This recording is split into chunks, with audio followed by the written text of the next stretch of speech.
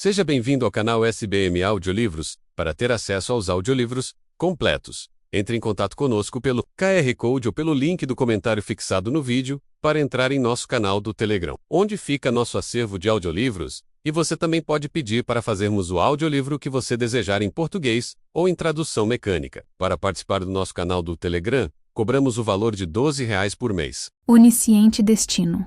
Ajeitei a toga comprida sobre as minhas pernas cruzadas e me sentei no campo, completamente imóvel. As pedras de Delfos formavam um círculo ao meu redor. Eu as encontrei quando era uma garotinha, milhares de anos atrás.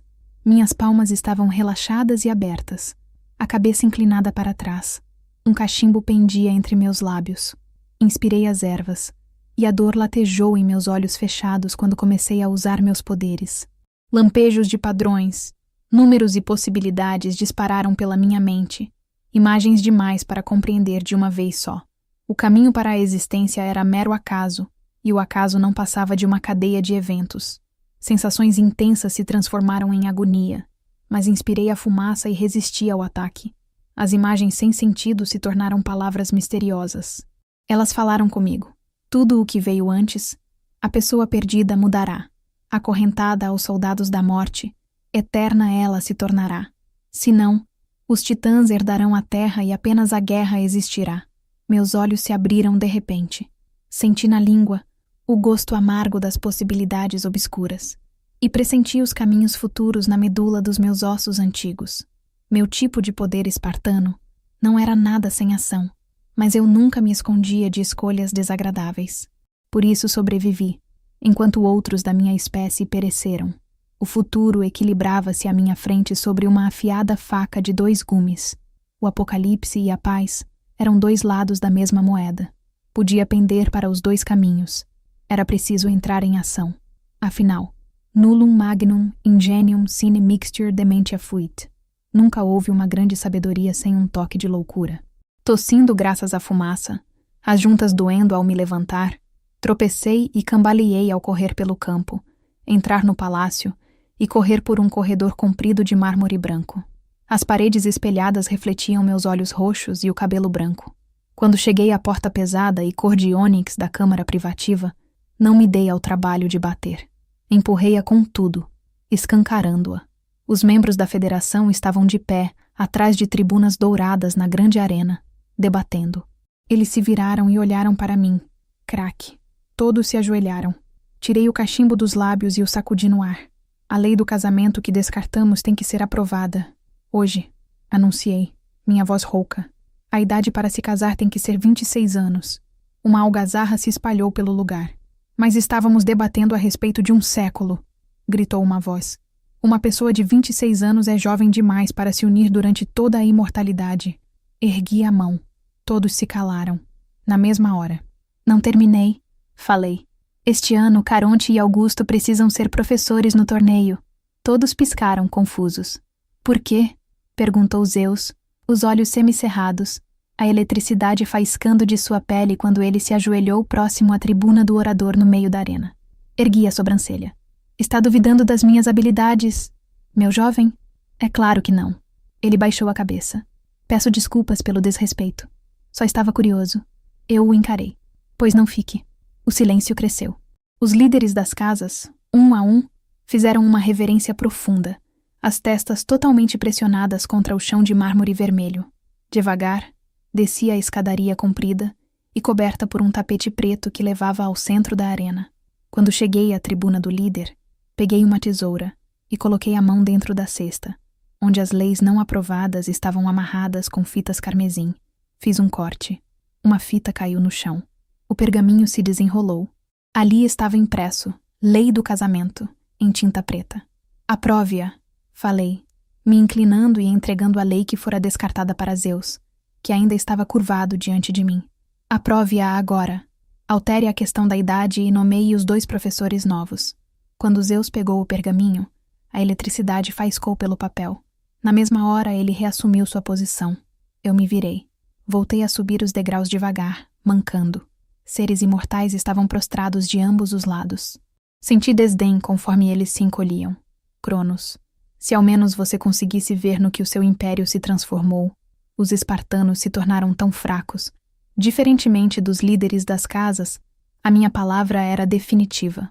Eu era a única coisa que existia entre a ascensão e a queda de Esparta. Que Cronos nos salve. A Grande Guerra começou devagar éons antes de a humanidade nascer. O estado de Esparta se espalhava por milhares de arquipélagos na Grécia moderna. Centenas de espartanos imortais moravam em Esparta, além de seus animais protetores e de criaturas locais. Criatura era um termo genérico, usado por eles para denominar todas as raças civilizadas que tinham poderes especiais, mas não eram espartanos. Governados por uma oligarquia, os cidadãos imortais de Esparta estavam felizes com suas vidinhas pacatas, tranquilas e luxuosas na ilha. Eles não conheciam a guerra, a ganância ou a inveja. A paz reinava por lá, até chegarem os humanos. De imediato, a humanidade ficou maravilhada com aqueles imortais. Esparta lhes ensinou arte, agricultura e política. Os humanos os veneravam. Assim, os espartanos se tornaram os deuses da humanidade. Séculos mais tarde, espartanos e criaturas migraram com os humanos para a Itália moderna, desfrutando da riqueza e da posição de divindade. E foi então que nasceu o Império Romano. Mas os problemas do homem não deviam ser encarados de maneira leviana. A população mortal não parava de crescer. Em contrapartida, Esparta tinha problemas de fertilidade, e a população não passava de uma centena. Então, os humanos descobriram que os espartanos não eram tão imortais assim. Eles podiam ser cortados em pedacinhos, que seriam espalhados depois, ou submetidos à fome e à tortura até alcançarem a inconsciência. A humanidade se voltou contra seus deuses. Imperadores declararam guerra contra os espartanos, desejando todo o poder e toda a riqueza para si. Mas a humanidade se esqueceu de que estava enfrentando uma raça mais inteligente do que ela. Esparta desapareceu, sem deixar rastro. Espartanos e criaturas foram para o norte da Itália e se esconderam nas Dolomitas. Antes de partirem, porém, destruíram todo o progresso que compartilharam com os humanos. A biblioteca de Alexandria foi dizimada em um incêndio, e nosso conhecimento sobre os deuses incinerou-se com ela. Tudo o que nos restou foram as mentiras. Sem a orientação de Esparta, Roma caiu. Com o passar dos séculos, os deuses que levaram a humanidade à grandeza se tornaram apenas mitos, mas as histórias que contávamos para nós mesmos estavam erradas. Os deuses não eram como os retratados em mitos e lendas. As alianças, as linhagens, o poder, era tudo mentira. Mais um tempo se passou. Protegidos pelo anonimato e crescendo nas sombras, espartanos e criaturas acumularam riquezas incalculáveis e desenvolveram tecnologias avançadas. Esparta, porém, não era mais tão pacífica quanto parecia. Os espartanos estavam divididos em dois grupos, as casas quitônicas e as casas olimpianas. Cada casa tinha uma linhagem distinta de poder e era nomeada em homenagem ao líder fundador, um espartano mais poderoso que os outros. Aqueles que pertenciam às casas olimpianas tinham poderes que os aprimoravam, tanto física quanto mentalmente. Não machucavam ninguém. Em vez disso, concentravam-se nas ciências e em aperfeiçoar as próprias habilidades. Havia 50 casas olimpianas distintas, com dezenas de membros. Os olimpianos eram muitos porque geravam crianças com humanos. As crianças metade humanas e metade espartanas eram chamadas de mestiças. Por outro lado, os espartanos de olhos vermelho-sangue pertenciam às casas quitônicas. Os quitônicos só tinham poderes que machucavam os outros, como tortura, controle da mente e dor. Sempre existiram apenas 4 famílias quitônicas. Ao contrário das casas olimpianas, que ascendiam e caíam, elas nasceram durante o alvorecer de Esparta e permaneceram iguais. Sempre. O infame quarteto quitônico era formado pelas casas de Hades, Afrodite, Ártemis e Ares. Cada uma tinha apenas um punhado de membros, já que eles raramente procriavam com os humanos fracotes, que não conseguiam aguentar seus poderes. Algumas criaturas, aquelas com as habilidades mais sombrias, se aliavam a essas casas. Ao longo da história, os dois grupos mantiveram uma trégua tensa. A Federação, comandada pelos olimpianos mais fortes, preservava a paz. Porém, na virada do século XXI, A paz foi destruída. A Grande Guerra começou. Em uma tentativa de derrubar a Federação e controlar Esparta, as 4 casas quitônicas atacaram as 50 casas olimpianas. Mesmo em grande desvantagem numérica, 24 quitônicos lutaram contra centenas de olimpianos. Ainda assim, a guerra durou décadas, porque as habilidades dos quitônicos eram perversas demais. As casas olimpianas mais fracas foram derrotadas primeiro. Os quitônicos as caçaram impiedosamente e espalharam os pedacinhos de seus membros ao redor do mundo. Os olimpianos mais fortes se uniram e buscaram vingança. Em 2045, apenas 8 das famílias olimpianas mais fortes e mais antigas ainda lutavam. As casas de Zeus, Hera, Atena, Hermes, Poseidon, Deméter, Apolo e Dioniso. A guerra chegou a um impasse, e ambos os lados perdiam cada vez mais soldados. Esparta estava à beira do colapso. Os 4 líderes ultrapoderosos das casas quitônicas seguiam vivos, mas seus 20 filhos foram capturados e assassinados. Se a guerra continuasse, não haveria mais um estado para governar. Então, os 2 grupos assinaram um cessar-fogo. Na nova federação, os olimpianos eram uma maioria ainda mais esmagadora. Restabeleceu-se a paz.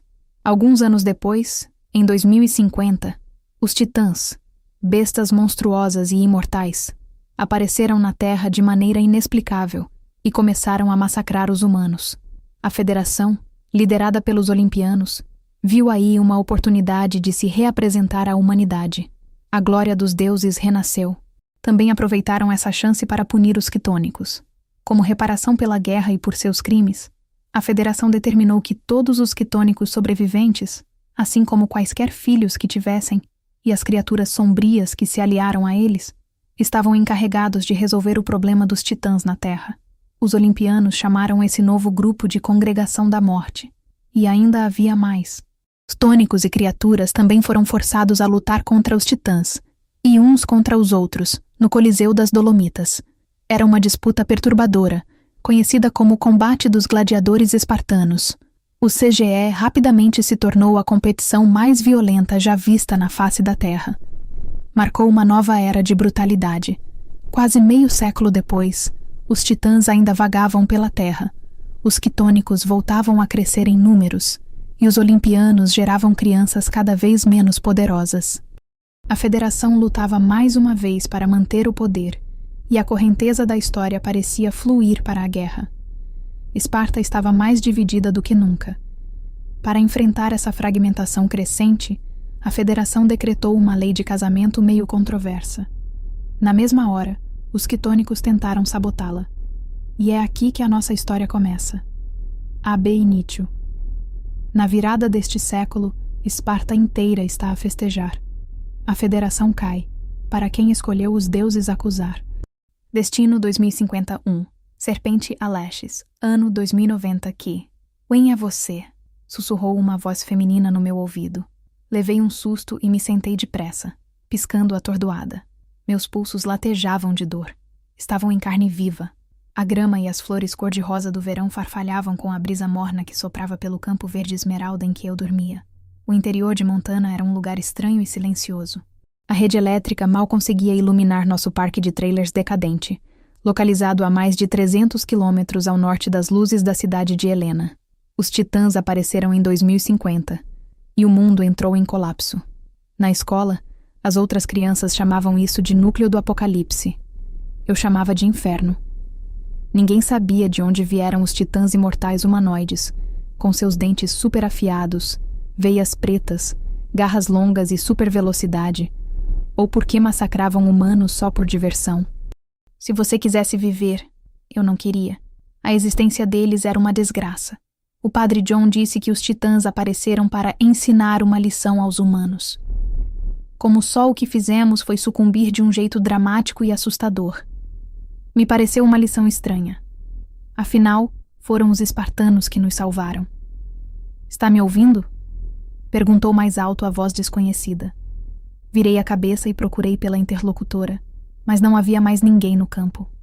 Gemi de dor quando o movimento brusco fez meus pulsos latejarem ainda mais. O pai e a mãe estavam preparando outra vez o seu drink especial na banheira, para lidar com a fome. Uma mistura de produtos de limpeza, água e fermento de pão mofado. E o comportamento dos dois ficava cada vez mais errático.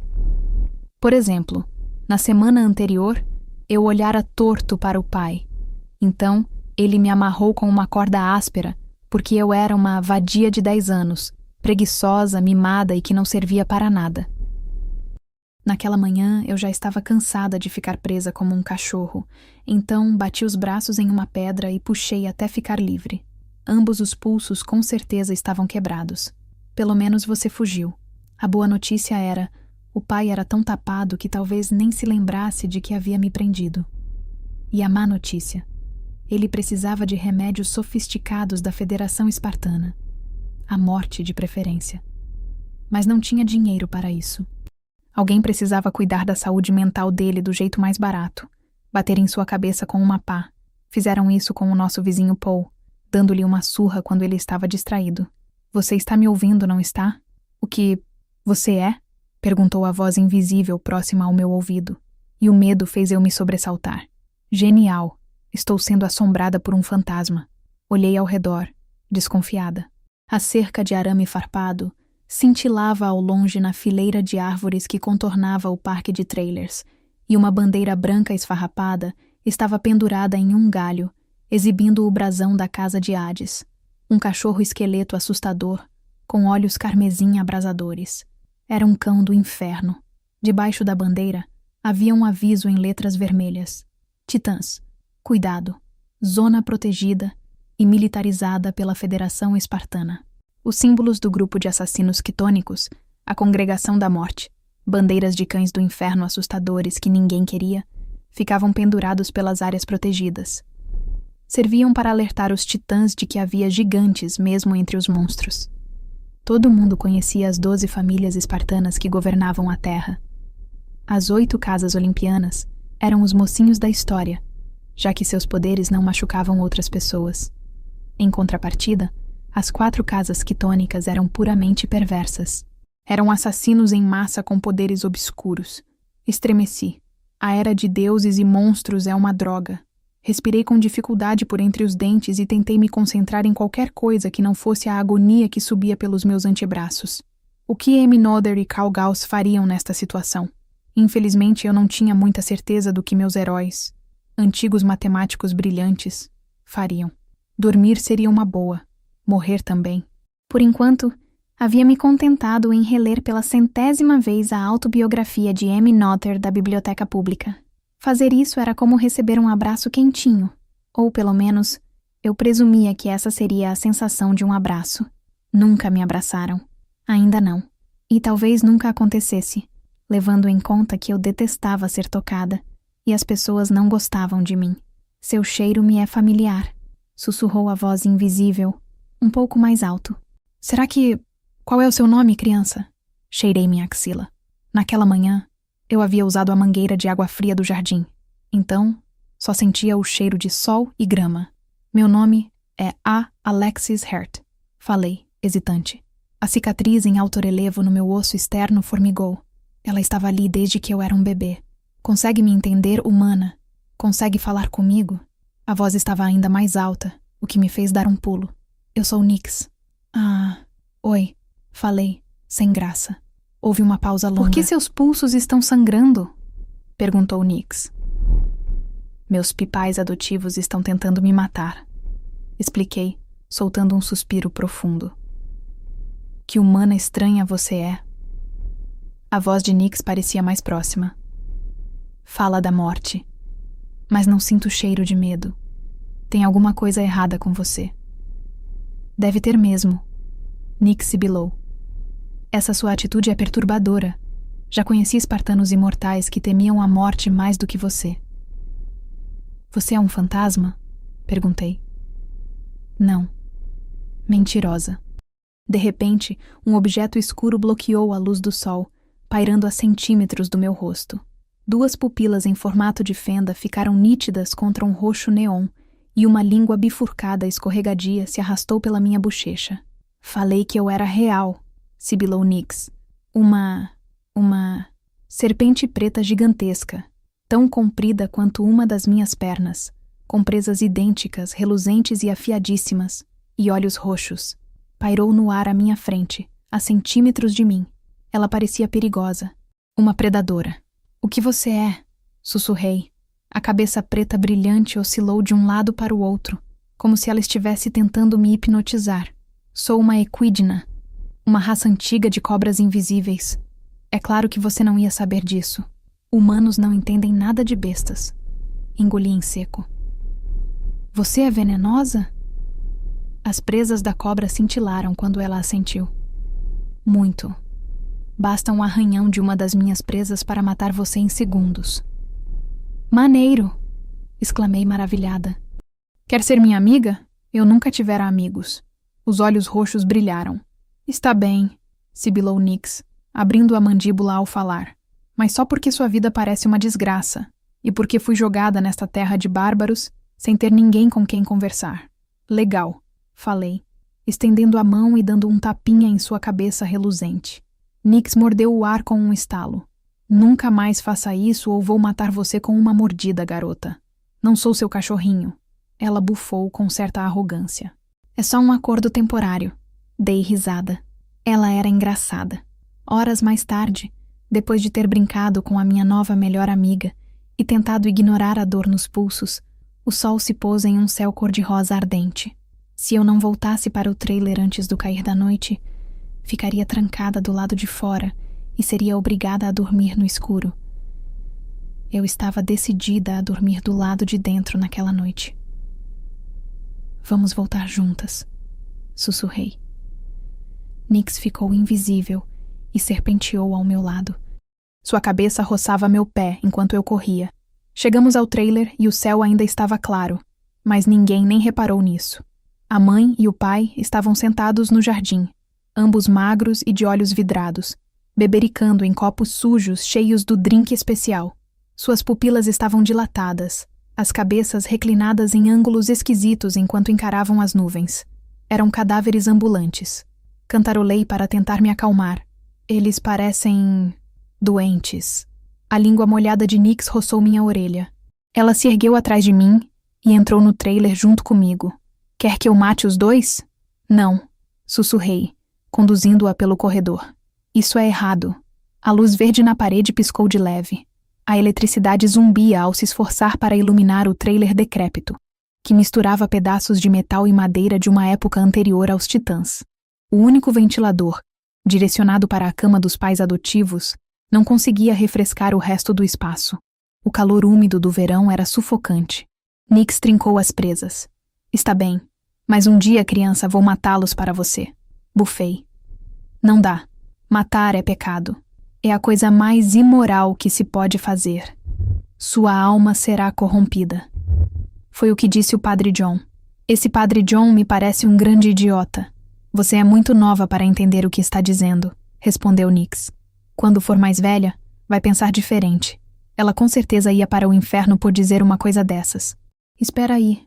O Padre John não disse que cobras eram perversas? Será que eu vou para o inferno por ser amiga dela?" A danação eterna era bastante complicada. Balancei a cabeça. "Eu nunca vou matar uma pessoa", prometi, a sinceridade queimando em meu peito. Nix bufou, zombando de mim. Com cuidado, me ajeitei na caixa de papelão que servia como minha cama. Um pedaço pequeno de tecido branco estava jogado na outra ponta, com 8 letras douradas bordadas na frente. Era o macacão que eu estava usando quando era bebê, e o orfanato me encontrou. A única coisa no mundo que me pertencia.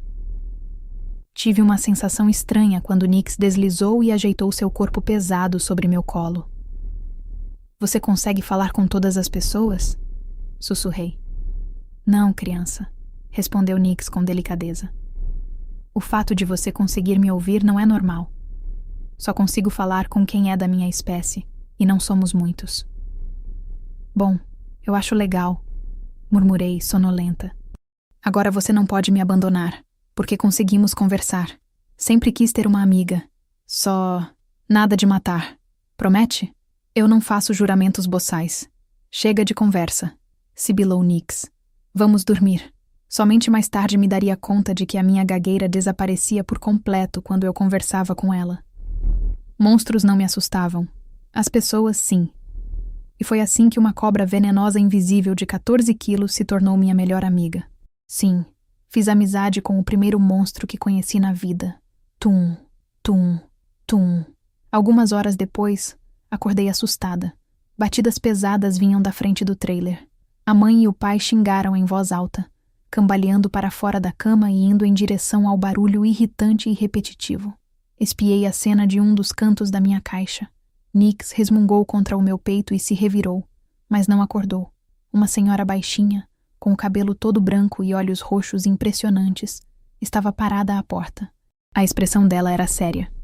A seu lado, havia uma figura magricela de capuz agachada. "Que porra é essa?" perguntou a mãe, encarando a intrusa, muito mais sóbria do que antes. "A gente não vende nossa bebida aqui na porta. Vai precisar esperar até segunda-feira e comprar lá na floresta, como todo mundo no parque." Ao lado da mãe, o pai abriu a boca e balbuciou murmúrios ininteligíveis. "Obrigada." "Que oferta generosa", respondeu a senhora, o tom de voz insinuando o contrário. Ela pigarreou. "Estou aqui porque o governo dos Estados Unidos, liderado pela Federação Espartana, decidiu entregar outra criança adotiva aos seus cuidados. Cupons de comida serão enviados todo mês para cobrir as despesas do menino. O nome dele é Charlie.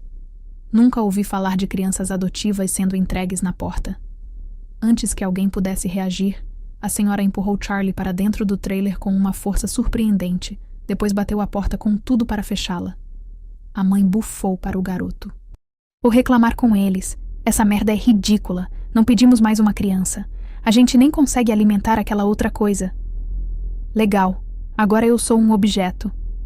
O pai cambaleou até o sofá maltrapilho, se jogou nele de cara e começou a roncar. A mãe agarrou o braço fino de Charlie e o arrastou até a minha caixa de papelão. Fechei os olhos com força e fingi que estava dormindo.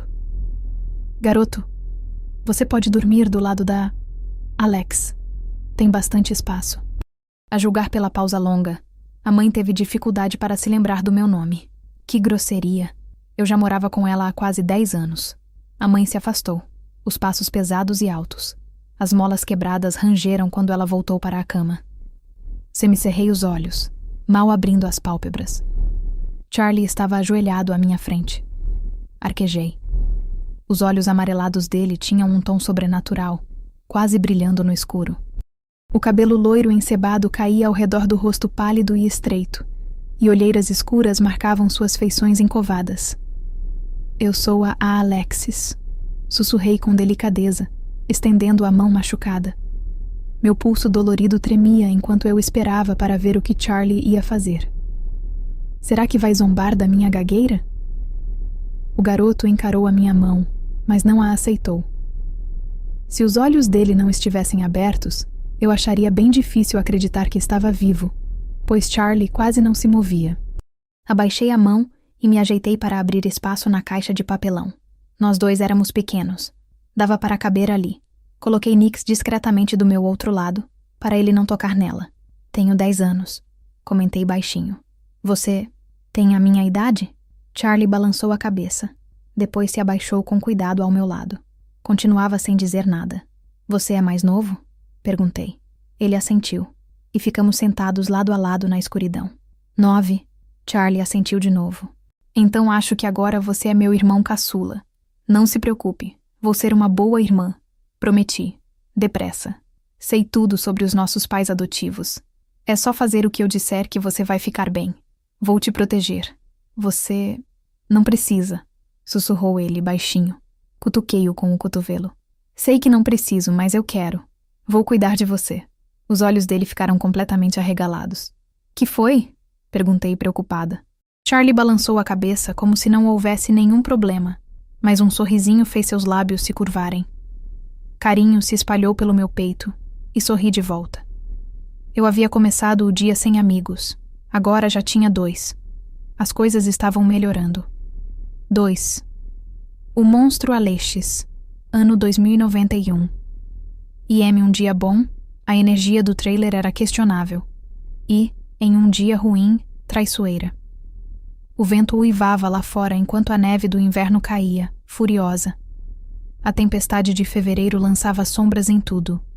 A luz verde no canto da parede piscava, fraca, quase sem conseguir se sustentar com as pequenas descargas elétricas distribuídas pelo trailer. Era a calada da noite, o que significava que Nix estava lá fora caçando. Ela disse que a escuridão fazia com que matar fosse mais fácil. Eu acreditava nela. A gente precisa resolver isso agora, sussurrou a mãe para o pai na cozinha do trailer. Do que eles estão falando? Meu estômago se revirou quando senti um pressentimento ruim no peito. Os dois achavam que eram os únicos ainda acordados. Charlie dormia ao meu lado. Eu estava bem desperta. Charlie estava conosco desde o verão, e logo se tornou o melhor irmão do mundo para mim. Era quieto e tímido, mas isso não me incomodava, porque ele saía comigo todos os dias e me deixava ajudá-lo com o dever de casa de matemática. Nunca zombou da minha gagueira ou me chamou de idiota. Na verdade, não dissera uma única palavra além daquela frase de quando nos conhecemos. Mas isso não me incomodava. Pela primeira vez na vida, eu não me sentia solitária. A mãe sussurrou algo que não conseguia escutar, mas seu tom de voz era sombrio. O único problema era: as coisas não estavam boas com nossos pais adotivos. Havia ainda menos mantimentos no banco alimentar da região. Metade dos cupons de comida que eles recebiam por causa do Charlie e de mim não era resgatável, já que não havia carne nem laticínios disponíveis no inverno. Estávamos todos passando fome, mais do que o normal. O frio enregelante também fazia com que poucos vizinhos saíssem de seus trailers para comprar o drink especial de nossos pais adotivos. A mãe falou baixinho e eu me esforcei para ouvir. Precisamos nos livrar do Charlie, sussurrou ela. Ninguém vai descobrir. O pai resmungou, concordando. Fiquei paralisada de medo. Não podem fazer isso. Mas podiam. Não íamos à escola havia semanas, porque as estradas estavam muito escorregadias. Talvez por isso estivessem bolando esse plano agora. Alguns professores gentis nos davam restos de comida. Costumava ser o que nos mantinha vivos. A cada tempestade de neve, nossa situação se tornava mais desesperadora. No interior do norte de Montana, no meio do inverno, era possível fazer qualquer coisa com qualquer um, porque só descobririam na primavera. Com delicadeza, sacudi Charlie para acordá-lo. Aqueles olhos amarelos brilhantes me encararam, confusos. Ele estremeceu, e a condensação de nossas respirações pairou no ar. Sua pele pálida estava quase translúcida. Vá se esconder no banheiro. Agora, mandei em silêncio, movendo apenas os lábios. Tranque a porta. Os olhos de Charlie se arregalaram de medo quando ele percebeu minha expressão tensa. Seja lá o que ouvir, não saia do banheiro, sussurrei depressa. Se as coisas ficarem complicadas e não tiver mais nenhuma escolha, aí você pega o telefone e liga para a emergência.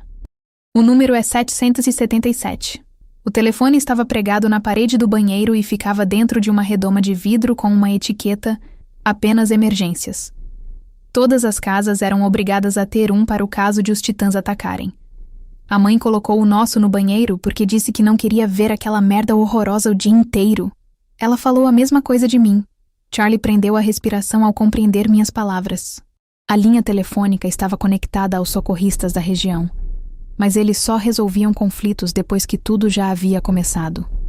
A única ameaça que garantia atendimento imediato eram os titãs. Para qualquer outra coisa, as pessoas estavam sozinhas. No fim das contas, existiam apenas 10 espartanos quitônicos, e somente 5 deles estavam qualificados a caçar dezenas de titãs monstruosos. A Congregação da Morte tinha poucos participantes. Apenas 5 crianças quitônicas nasceram desde a Grande Guerra, e todo mundo sabia quem elas eram: Augusto, Caronte, Patro, Aquiles e Helena. Tecnicamente havia mais uma, Medusa, mas ela foi aprisionada no mundo inferior, a infame prisão espartana de segurança máxima. Havia também algumas poucas criaturas que lutavam na congregação, junto aos líderes quitônicos, mas elas raramente tinham filhos. Além disso, como os quitônicos só se juntavam à congregação quando atingiam a imortalidade aos 20 anos, havia um único herdeiro quitônico de sangue puro com idade o suficiente naquele momento para lutar ao lado dos líderes: Augusto, herdeiro da casa de Ares. Ele tinha 23 anos e era filho de Ares e Afrodite. O próximo a conquistar a imortalidade seria Caronte, o filho de 18 anos de Ártemis e Érebo. A irmã de Augusto, Helena, tinha 8 anos e era a herdeira da casa de Afrodite. Não se sabia muito mais sobre eles, porque herdeiros e herdeiras tinham fama de serem reclusos. Eram a elite dos espartanos modernos, mais importantes e poderosos do que qualquer ser humano da realeza poderia sonhar ser. As duas últimas crianças ctônicas eram seres raros, metade humanos, chamados de mestiços, Patro e Aquiles. Patro, da casa de Afrodite, tinha 13 anos, e Aquiles, da casa de Ares, tinha 14. Eram o futuro da congregação da morte, mas até que atingissem a imortalidade, quase não havia monstros que lutassem contra os titãs. A humanidade ainda corria um grave perigo. A Federação garantiu que a civilização persistisse, mas tudo que não era necessário podia descer pelo ralo. Charlie e eu já nem estávamos no ralo. Nós estávamos no esgoto. Vá, agora! Sussurrei para Charlie. Depois me inclinei e o abracei com força. Vai ficar tudo bem. Nós dois tremíamos enquanto nos abraçávamos. Quando me afastei, Charlie assentiu e engatinhou em silêncio até o banheiro, que ficava ao lado de onde dormíamos. Amy e Carl se esforçaram para ser pioneiros na matemática. Amy enfrentou a crueldade de sua época e permaneceu firme. Seja como ela, Alexis. Eu queria fingir que não havia escutado a mãe, mas escutei. Não consigo fazer isso. Eles eram 2, e eu, apenas uma. Até era alta para a minha idade, mas não tanto assim. Ambos ainda eram muito maiores do que eu. Sim, você consegue. Minha respiração estava trêmula, mas inspirei fundo e fiquei de pé. Esfreguei os prendedores de cabelo que cobriam as cicatrizes antigas em minha pele, a dor fantasma repuxando os pulsos. Se eu os enfrentasse, haveria consequências. No inferno, era sempre assim. Você precisa de um plano. Devagar, caminhei até a cozinha, onde ambos estavam de pé, bebericando aquelas bebidas. Parei e afastei bem as pernas. Eu não tinha plano algum. Tentei várias vezes até finalmente reunir coragem e falar. Se quiserem machucar o Charlie, vão ter que passar por cima de mim. Vou contar para todo o mundo o que vocês tentaram fazer e vão mandar vocês para a cadeia para sempre. A gagueira sempre piorava quando eu falava com eles. Não importava o quanto tentasse me concentrar. Ela só desaparecia por completo quando eu conversava com Charlie e Nix. Como se estivessem em câmera lenta, o pai e a mãe se viraram para mim.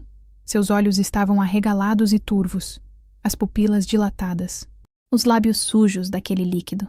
Sombras encobriram a superfície encovada de seus rostos enrugados. Que merda é essa que você acabou de dizer, garota? Perguntou o pai, devagar. A mãe sorriu, exibindo a gengiva podre e 3 dentes. Ela jogou no chão o copo vazio, que se estilhaçou bem alto no piso rachado. Dei um pulo e engoli o grito. Que tal se a gente matar vocês 2? A mãe caiu na risada. Não temos nada a perder. Vamos todos morrer de fome de qualquer jeito. O suor escorria pela lateral do meu rosto. Depois congelava naquela temperatura gélida. Cada fibra do meu ser queria se virar e sair correndo.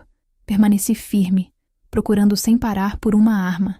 Peguei a torradeira quebrada de metal no balcão e a arremessei em direção a eles. Ela atingiu o pai e ele resmungou, cambaleando para trás. Houve um momento de silêncio perturbador. Que plano ruim.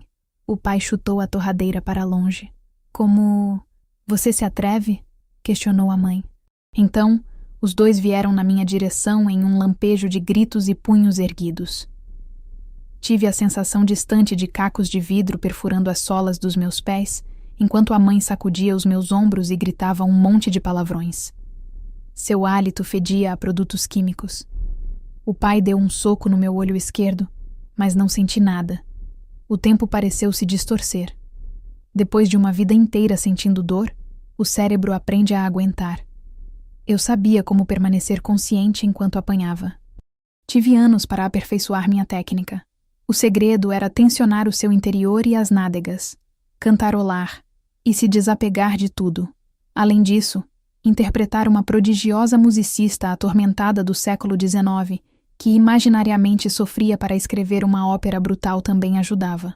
Uma melodia comovente começou a tocar na minha cabeça. Somente eu conseguia ouvir a música. Eu me esquivei, e a mãe acertou a minha orelha esquerda com um soco. Sua vagabunda preguiçosa e ingrata, ameaçando a gente depois de tudo o que fizemos por você. Um ruído alto a interrompeu. Que pena. A mãe tinha uns argumentos interessantes. Cambaleei e me virei. Outro soco atingiu a lateral esquerda da minha cabeça. A cozinha era estreita, e o pai foi empurrado para trás enquanto a mãe continuava a me atacar. Na minha tentativa desesperada de evitar a violência, o punho dela me acertou no mesmo lugar. Tudo virou um borrão, e eu não conseguia ouvir e enxergar nada. Música clássica, uma ilusão, preencheu a escuridão. Uma luz fraca atravessou minhas córneas machucadas. Metade do meu campo de visão estava preto, e com a outra metade, eu me via arranhando às cegas o rosto e o pescoço da mãe, com unhas ensanguentadas. Agarrei a blusa dela. Ela gritou algo que não conseguia ouvir. A mãe acertou um soco na minha boca, e o sangue salpicou seu rosto arranhado. Eu tentava escapar dela o quanto antes, desesperada para impedi-los de chegar até Charlie. É só os deixar ocupados. Vão se cansar. Aí eu aproveito uma brecha. Me deixe entrar, Alexis. Me deixe entrar agora! Gritou Nix, sibilando do lado de fora. Ela devia ter voltado da caçada e ouvido a confusão. Ela pode me ajudar a proteger o Charlie. Eu me lancei na direção da porta para deixá-la entrar, mas o pai acompanhou o movimento. Ele me arrastou de volta para a cozinha, o inferno, e me jogou para a mãe, um demônio saído daquele lugar. Para me punir, ela acertou a lateral da minha cabeça com um golpe. Tudo queimava. Eu a arranhava enquanto ela me atacava. Criança, me deixe entrar agora mesmo. O trailer sacudia conforme Nix o esmurrava. A mãe deu outro soco no meu olho esquerdo e as luzes explodiram. Minha visão ficou preta. Havia sangue por todos os lados. Ela gritou na minha cara, e eu gritei de volta. Ah, olha só. Estamos harmonizando. Mozart teria adorado. Outro golpe acertou a lateral da minha cabeça. Meus dedos se afrouxaram e tudo começou a girar mais rápido. Foco. Você está perdendo a cabeça, Alexis. Concentre-se. Senti o pânico crescer, afiado e intenso, como se eu tivesse levado uma facada direto no coração. Charlie está em perigo. Não se atreva a desmaiar. Crass. O mundo explodiu. As janelas mais próximas se estilhaçaram em pedacinhos. O vidro choveu sobre nós. Ah, olha só, é um crescendo. Cambaleei para trás, escorregando em sangue e vidro enquanto lutava para me situar. Os cacos estavam por toda a parte. O trailer estava pintado de listras vermelhas, porque alguma coisa havia entrado pela janela. O pai apontou para mim, depois apontou para a mãe, e os dois começaram a gritar um com o outro. Eu apontei para a pia e gritei. Eles guincharam e recuaram, atropelando um ao outro para se afastar da pia monstruosa imaginária. O atropelo se transformou em empurrões, até que um deles deu o primeiro soco. Os dois começaram a lutar entre si. Essa distração deu mais certo do que eu esperava. De repente, uma dor no peito comprimiu meu externo. Que ótimo! Estou tendo um ataque cardíaco aos 11 anos. Se fosse qualquer outro dia, eu teria aceitado uma parada cardíaca de braços abertos. Agora, porém, não era a hora. Não quando Charlie dependia de mim. A mãe tirou uma faca do suporte de madeira e a balançou descontroladamente. Depois, enquanto me encarava, gritou alguma coisa incompreensível sobre um demônio vermelho. A expressão dela era feroz. Perdeu a cabeça de vez. A mente dela estava deturpada. Tropecei em alguma coisa sólida ao desviar de suas investidas e caí de bunda no chão. Ela se afastou de mim. Cacos de vidro feriram minhas palmas e algo gelado bateu contra a minha perna. Fiquei paralisada de medo. Lancei o corpo para a frente e tateei ao redor, me agarrando a um corpo invisível. Vou te proteger, sibilou Nix. A serpente havia se jogado contra a janela para me salvar. Foi por causa dela que consegui escapar. O pânico em meu peito triplicou. Não, ela não pode se machucar. Segurei minha melhor amiga às cegas, puxando suas escamas geladas com todas as minhas forças. Fique ao meu lado, sussurrei desesperada. Temos que proteger o Charlie, não a mim. Arquejei. Ela sibilou. Cantarolei uma melodia alta dentro da minha cabeça. Os evolucionistas estavam errados. Os humanos não evoluíram dos primatas. Nós regredimos deles. Com as mãos entrelaçadas às escamas geladas de Nix, eu a arrastei para trás pelo chão.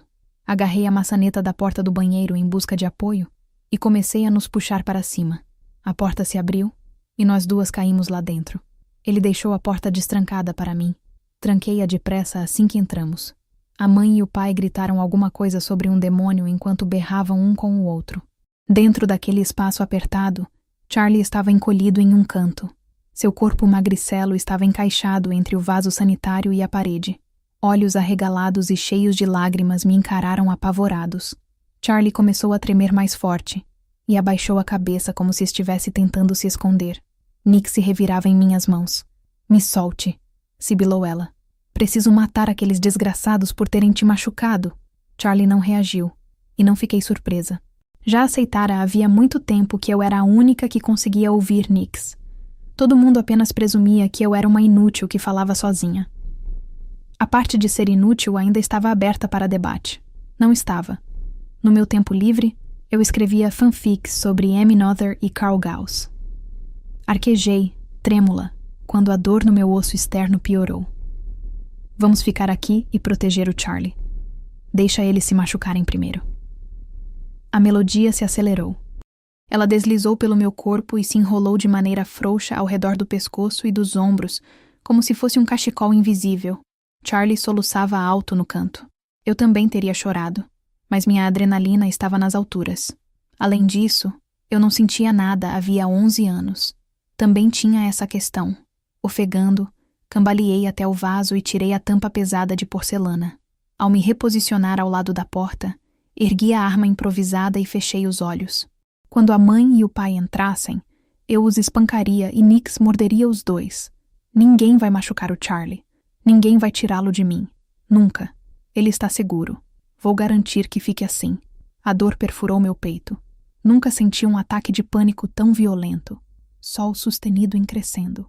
Com a respiração entrecortada, forcei meus braços trêmulos a permanecerem erguidos enquanto Charlie sofria, se balançando para a frente e para trás. Por ele, sou capaz de fazer qualquer coisa. Podíamos até não ser parentes, mas, como dizia o padre John, o sangue de um laço é mais consistente do que a água de qualquer útero. Dia e noite, Charlie e eu sobrevivemos juntos neste trailer infernal. Dividimos nossa cama de caixa de papelão. Passamos fome juntos. Além de Nix, ele era a única pessoa que eu tinha na vida. "Qual é o plano?" perguntou Nix, a língua invisível roçando minha bochecha. "Se eles entrarem", falei, estalando o pescoço. "Vamos matá-los." Símbolos colidiram. A agonia perfurou meu peito. Charlie soluçou mais alto. Muita coisa estava acontecendo. "Que plano brilhante", sibilou Nix. "Os pais adotivos ganharam. Conseguiram me transformar em uma assassina." Do outro lado da porta, a mãe soltou um grito terrível, e os pelos na minha nuca se arrepiaram. O barulho foi tão horripilante que meu pânico quadruplicou. Arfei de cansaço enquanto meu peito doía. Passos pesados ressoaram pelo corredor. Meus braços tremiam de exaustão quando ergui a cerâmica amarelada ainda mais alto, pronta para lutar. A voz do pai estava mais próxima quando ele gritou: "Crianças, me ajudem! Depressa! Tem alguma coisa machucando ela?" Fiquei paralisada. O que foi que ele acabara de dizer? Por acaso tinha pedido a nossa ajuda? Aqueles a quem ele estava planejando matar? Esse homem não pode estar falando sério. Charlie choramingou e se abraçou com mais força. Fechei os olhos e não me mexi. As lamúrias se harmonizaram. "Crianças, liguem para o 777. Um titã pegou a sua mãe." A porta do banheiro chacoalhou, como se ele estivesse tentando entrar. "Alex, faça alguma coisa." Eu odiava esse apelido. Nós não tínhamos mãe. Não uma mãe de verdade. Um grito de revirar o estômago veio da cozinha. Sangue e violência atraíam os titãs, mas o sofrimento acontecia quase diariamente naquele trailer. Por que um deles atacaria agora, de repente? Não faz sentido nenhum. A não ser... Arfei. A janela ficou escancarada depois que Nick se jogou contra ela. Então, o trailer não estava trancado como de costume. Uma besta havia entrado. A tampa em minhas mãos tremeu impiedosamente. Escamas geladas deslizaram pelo meu pescoço, como se Nix estivesse se redirecionando para atacar. Uma coisa invisível está destruindo ela. É um deles. Só pode ser. Por favor, façam a chamada. Por favor, ajudem, implorou o pai, do outro lado da porta. A porta rangeu quando ele se jogou contra ela e tentou entrar. A dor no peito fez eu me curvar. A mãe gritou mais alto, e o pai soluçou enquanto arranhava a porta do banheiro. Por favor, liguem para os espartanos. Por favor, crianças. Ela está com a boca espumando. É horrível. A mãe estava sendo atacada, e o pai estava do outro lado da porta. Era tudo verdade. Os titãs estavam ali. Fechei os olhos com força. Charlie soluçou ainda mais alto. A orquestra começou a tocar o ato final. Punhos bateram na porta. Um homem desesperado implorou com a voz entrecortada, e minhas mãos tremeram com mais intensidade. Sangue escorria pelo meu rosto e pingava no chão. A porta chacoalhou. Os moribundos gritaram. Uma música clássica comovente tocava. Você é forte, sussurrou Nix. É corajosa. As escamas deslizaram pela lateral do meu rosto, como se fizessem carinho em mim. Pode suportar qualquer coisa. O universo está sob o seu comando. Lágrimas se misturaram ao sangue e escorreram pelo meu rosto. Não me mexi nem abri os olhos. Ninguém mexeu no telefone na parede. Escutou-se um barulho gorgolejante terrível. Depois, silêncio. O único som vinha dos soluços intervalados do pai. Os músicos baixaram seus instrumentos e fizeram uma reverência. Prendi a respiração e esperei. Esperei que o pai começasse a fazer o mesmo barulho que a mãe fizera. Esperei que a porta fosse quebrada. Esperei, pronta para lutar contra um titã. Esperei pela morte. O tempo se estendeu. Continuei esperando. Acho que o monstro foi embora, disse o pai, abatido. Então houve um estrondo, como se ele tivesse tropeçado. A porta da frente bateu, e dava para ouvir a voz abafada dele ao gritar e implorar por ajuda aos vizinhos. Não baixei minha arma. Charlie soluçava, baixinho. A sensação excruciante em meu peito foi desaparecendo aos poucos, e tudo virou um borrão. Barulhos, sons, movimentos. Tudo se transformou em uma névoa embaralhada. O tempo se distorceu. Charlie se aninhou ao meu lado, sonolento. Eu pisquei, tentando ficar consciente. Luzes verdes fracas tremeluziram acima de mim, e eu estava sentada no familiar sofá maltrapilho. A noite chegara ao trailer, e a neve caía suave na escuridão do lado de fora. A tempestade havia passado. Charlie dormia embaixo do meu braço, e Nix envolvia meu tronco com força, invisível sob o suéter. O trailer estava cheio de estranhos agitados. Um deles falou alguma coisa a respeito de os vizinhos terem ligado. 2 daqueles estranhos se viraram para mim. Eu recuei e tentei deslizar no sofá, colocar alguma distância entre nós. O médico e a médica não se importaram. Ambos se inclinaram mais para perto e invadiram meu espaço pessoal. O leão dourado da casa de Zeus, reluzindo em seus crachás. Se eu tivesse energia o suficiente, teria gritado. Mal consegui resmungar. Eles esfregaram alguma coisa nos cortes maiores do rosto, das mãos e dos pés, e eu estremeci. Fique quieta, ordenou a médica. Este gel cicatrizante espartano é muito caro. Só resta um pouco dele. Quando acabar, sua sorte acaba junto. Ela contraiu os lábios irritada. O problema não é o remédio. É você tocar em mim. Você devia era agradecer por termos usado isto. Zombou o médico. O frasco já passou da validade. Do contrário, nunca desperdiçaríamos o gel em você. Os laboratórios olimpianos de Esparta demoram anos fazendo experiências e planejando até criarem esses remédios miraculosos. Desejei que não estivesse fora da validade. Respirando fundo, murmurei uma melodia clássica e me concentrei no lado positivo. A alguns metros dali, a mãe era colocada em um saco mortuário por pessoas usando macacões brancos de segurança química, e o pai estava do lado de fora, na neve, discutindo enquanto era interrogado. Bons tempos. A porta do trailer se escancarou. "Fique quieta!" gritou o médico, apertando minhas bochechas e esfregando meu olho esquerdo. Ele provavelmente nunca passou de cálculo na matemática. Karl Gauss nunca falaria comigo desse jeito. Um policial alto, vestido de preto e com armas espartanas sofisticadas nos 2 quadris, se ajoelhou à minha frente. O cavalo selvagem da casa de Ártemis reluzia em seu distintivo. O animal tinha olhos vermelhos ferozes. O policial clicou em um gravador e falou em voz baixa, como se conversasse com um animal arisco. "A gente só precisa que você nos conte o que aconteceu. Foi o seu pai que te machucou assim? Ele te bateu?" perguntou o homem, com delicadeza, como se isso importasse. Nós dois sabíamos que não. Lesões corporais não eram mais indiciadas. O sistema espartano só gastava recursos com um único crime. Ele não é meu pai, corrigi, e minha voz soou estranha. É meu pai adotivo. E sim, ele me machucou. O policial semicerrou os olhos, interessado. E quem machucou a sua mãe? Quem a matou? Você se Conte para eles o que aconteceu, Alexis, berrou a voz do pai, do lado de fora. Diga para eles que foram os titãs. Você sabe que eu estava... Ele grunhiu, como se alguém tivesse batido nele.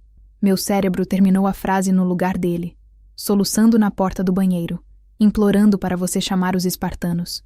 Não ligue para ele, disse o policial. Quem matou sua mãe adotiva? Pode me dizer a verdade. Ela estava ensopada de sangue e espumando pela boca. Foi um ataque, bem brutal. Abri a boca para dizer que só podia ter sido um titã, mas as palavras não saíram. Charlie podia ter morrido naquela noite. Nix podia ter se machucado. Esfreguei os punhos e encarei o policial com indiferença. O pai matou ela, falei com calma. Olhos vermelhos diabólicos brilharam de maneira acusadora no distintivo dele. O policial desligou o gravador. Obrigado. Era tudo o que eu precisava. O sistema vai resolver isso bem rápido. Esta noite, ele será transferido para a penitenciária da Federação Espartana. Vai cumprir prisão perpétua sem condicional.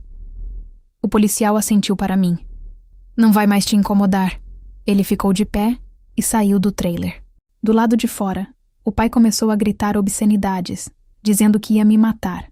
Na minha opinião, achei meio pretensioso, já que ele havia acabado de perder a chance. Mas a porta de um carro bateu e ele foi silenciado. A médica me encarou com irritação outra vez, a voz rouca ao declarar. Não deu para fazer nada quanto ao seu olho ou ouvido. Você não está qualificada para ser levada a um hospital. Não fazia ideia do que ela estava falando. A médica foi embora com o parceiro. Eu ia sentir falta da positividade dela. Ou não. De longe, reparei que alguém estava desenrolando uma fita amarela que dizia área contaminada pelas paredes do trailer, enquanto outra pessoa tapava a janela quebrada com tábuas. As pessoas foram saindo devagar. O tempo passou de maneira letárgica. Pisquei, atônita. O trailer estava vazio e fedia a desinfetante. O cheiro me fazia lembrar do drink especial. Luzes verde-neon lançavam sombras nas paredes conforme a fileira de caminhões elétricos brancos espartanos se afastava na tempestade. A neve se acumulava com suavidade nos parapeitos das janelas. Nós três estávamos sozinhos. Era um sonho que se tornava realidade. Era um pesadelo. Eu estava tremendo, batendo os dentes.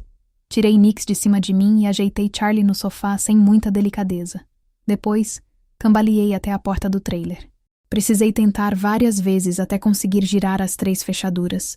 Com os braços trêmulos, arrastei a poltrona velha pelo chão e a empurrei na frente da porta como uma barricada. As luzes fracas tremeluziram em uma névoa verde. Somente depois que puxei o cobertor gasto e remendado da cama, onde nenhum de nós jamais dormira, é que me deitei ao lado de Charlie no sofá e coloquei Nix em meus braços. Eu não conseguia dormir. Quando as 5 raios piscaram no relógio digital, desisti de tentar descansar e cambaleei até o banheiro. Os canos rangeram quando a água do poço jorrou da torneira. Joguei água gelada no rosto e ergui o olhar para o pequeno espelho acima da pia. O horror me fez ficar boquiaberta.